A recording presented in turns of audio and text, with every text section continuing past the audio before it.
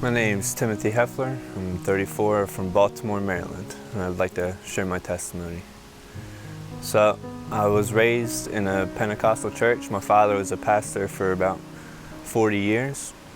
I grew up in a church where miracles happened. I see the Lord move greatly in my life, in my family's life, and the people around me.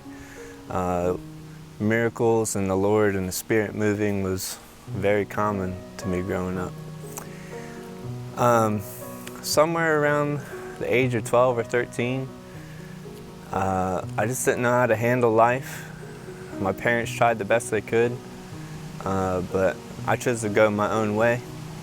And at 12 or 13 years old, I started to smoke cigarettes, started to drink a little bit, smoke some weed a little bit, and that really just led me down a dark road.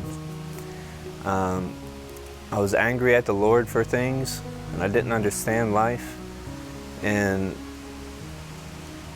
I just wanted the Lord out of my head, honestly. So at 14, 15 years old, anything and everything I could get my hands onto, drugs, alcohol, you name it, I was going to try and do it to try and escape life, to try and escape reality, to get away from anything, anybody, and everybody that I didn't like or I didn't want in my life. And at 15 years old, I got arrested for the first time. Between the ages of 15 and 22, I was arrested about 22 times. Went to jail about 3 times. At 19, my lungs collapsed. I was in the hospital for 17 days. The police were looking for me. They were waiting for me to get out of the hospital and to arrest me as soon as I got out. And I was laying in a hospital bed, and I got a letter from a pastor in Ocean City named Dick Sands. He sent me a get well letter, and he gave me a little scripture verse at the bottom of the letter.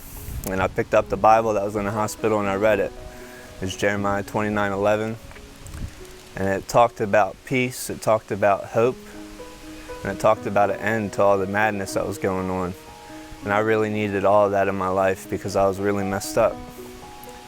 And something happened to me when I read that, and I just broke down crying right there. And a few minutes later, it was 9 o'clock at night, a few minutes later, a deacon from our church in Brunswick just showed up at the perfect time, and he prayed with me. And I gave my heart to the Lord at 19 years old. I got out of the hospital and I went directly to Ocean City.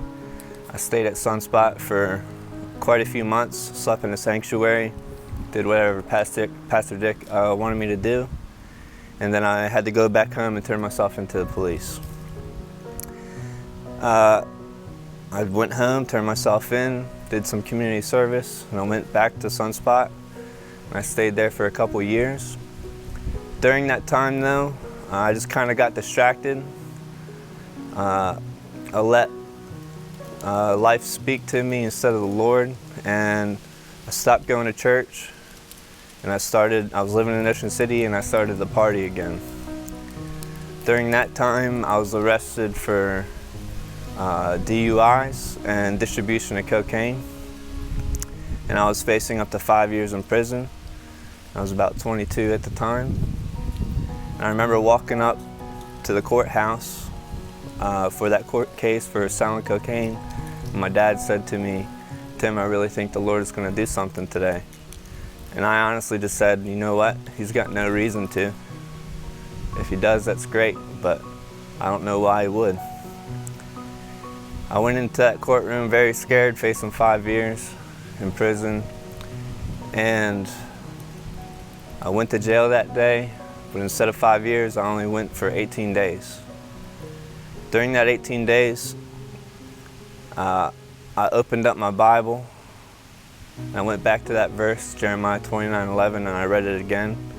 And I looked up at a concrete ceiling, sitting on the metal bench next to my metal bed, and I said, "Lord, this is the best I got. This is what I can do for my life.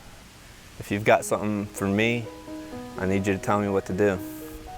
And immediately, he told me to go to Teen Challenge.